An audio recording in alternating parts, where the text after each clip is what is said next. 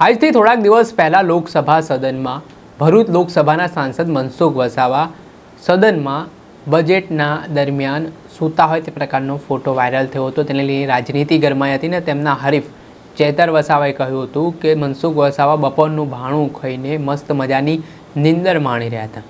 જો કે હવે મનસુખ વસાવા છે તે સદનમાં આદિવાસી સમાજના જે પ્રશ્ન છે તે ઉઠાવી રહ્યા હોવાના દાવા સાથે તેઓ સોશિયલ મીડિયા ઉપર પોસ્ટ પણ મૂકી રહ્યા છે ને જે શિક્ષણની વાત હોય, આરોગ્યની વાત હોય તે સદનમાં રજૂઆત કરતા હોય તે પ્રકારની વાત પણ તેમના તરફથી કરવામાં આવી રહી છે.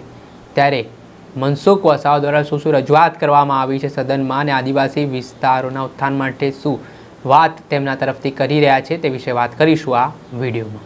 વૈષ્ણવજન તો તેને કહીએ જે પીડ પરાઈ જાનાને રે. નમસ્કાર દર્શક મિત્રો, નવજીવન ન્યૂઝમાં આપનું સ્વાગત છે. હું છું ફૈઝાન.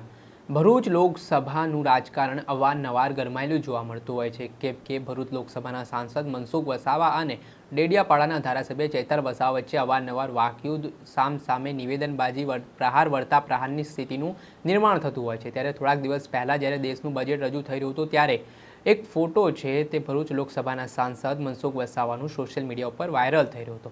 આ ફોટો વાયરલ થયા બાદ ચેતર વસાવાએ પણ પોતાની પ્રતિક્રિયા આપી હતી ને કહ્યું હતું કે મનસુખ વસાવાની હવે ઉંમર થઈ ગઈ છે એટલે સાંસદ બપોરનું ભાણું જમીને ત્યાં મસ્ત મજાની નિંદર લોકસભામાં માણી રહ્યા છે, પરંતુ આદિવાસી વિસ્તારોના જે પ્રાણ પ્રશ્ન છે, શિક્ષણની બાબત હોય, રોજગારીની બાબત હોય તે સંસદમાં ઉઠાવતા નથી તે પ્રકારના આરોપો ચેતર વસાવા દ્વારા લગાવવામાં આવ્યા હતા.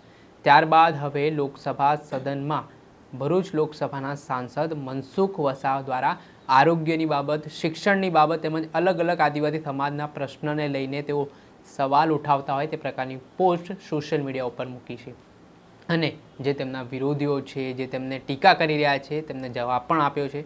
જેમાં તેમણે જે રજૂઆત કરી છે તે મુજબ સદનમાં તેમણે કહ્યું કે આદિવાસી વિસ્તારોમાં સ્થાનિક સ્તર પર કુશળ પ્રશિક્ષિત ડૉક્ટરો દ્વારા જે દર્દીઓને ઇલાજ થાય અને આદિવાસી વિસ્તારોમાં સ્વાસ્થ્ય જનજાગરણ અભિયાન પણ ચલાવવામાં આવે તે સંદર્ભમાં મેં સરકારને ધ્યાન દોર્યું છે. એટલે કે હવે આરોગ્યની બાબતે આદિવાસી વિસ્તારોમાં સાંસદે ચિંતા વ્યક્ત કરી છે અને ભારત સરકાર આ બાબતે ગંભીરતાથી સંજ્ઞાન લે તે માટે તેમણે રજૂઆત કરી છે. તેમજ તેમણે બીજો મુદ્દો જે ઉપાડ્યો હતો, આદિવાસી ભાઈ બહેનોના પ્રશ્ન અવારનવાર સંસદમાં ઉઠાવતા આવ્યા છે તેવો તેમનું કહેવું છે, જેમાં ઉચ્ચ ગુણવત્તાવાળું શિક્ષણ તેમને મળી રહે, સાથે જ શૈક્ષણિક સુવિધાઓથી સંપન્ન શાળાઓ અને અન્ય સુવિધાથી સજ્જ છાત્રાલયો પહેલાંથી જ ઉપલબ્ધ છે, પરંતુ શિક્ષકો અને સરકારી કાર્યો સોંપવાના કારણે બાળકોના ભણતરમાં અવરોધ ઊભો થાય છે, જેના કારણે આદિવાસી બાળકોને ભણતરનું નુકસાન ન પહોંચે. સાથે શિક્ષણની ગુણવત્તાને ધ્યાનમાં રાખીને યોગ્ય રીતે પ્રશિક્ષિત શિક્ષકોની નિમણૂક આદિવાસી વિસ્તારની શાળાઓમાં થવી જ જોઈએ. દેશના બધા જ આદિવાસી વિસ્તારમાં યુવાનો તાલુકા સ્તર પર નોકરી અને સ્વરોજગાર મળી રહે તે હેતુથી તાલીમ કાર્યક્રમ ચલાવવામાં આવે, તે પ્રકારની વ્યવસ્થા ઊભી કરવામાં આવે તે રીતનો પ્રશ્ન તેમણે આ લોકસભા સદનમાં ઉઠાવ્યો હતો.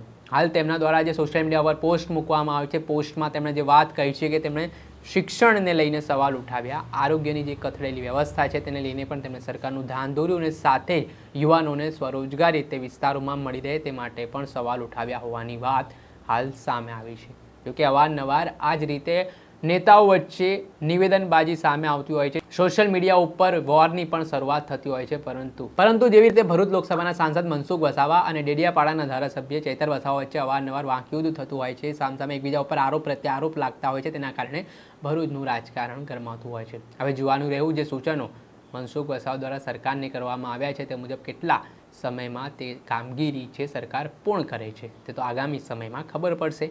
દર્શક મિત્રો, અત્યાર સુધીમાં બસ આટલું. આવા વિડીયો સાથે આપણે માહિતગાર કરતા રહીશું, એટલે નવજીવન ન્યૂઝની ચેનલને આપ લાઇક કરી લો, સબસ્ક્રાઇબ કરી લો અને શેર કરવાનું ભૂલતા નહીં. નમસ્કાર. વૈષ્ણવજન તો તેને કહીએ જે પીડ પરાઈ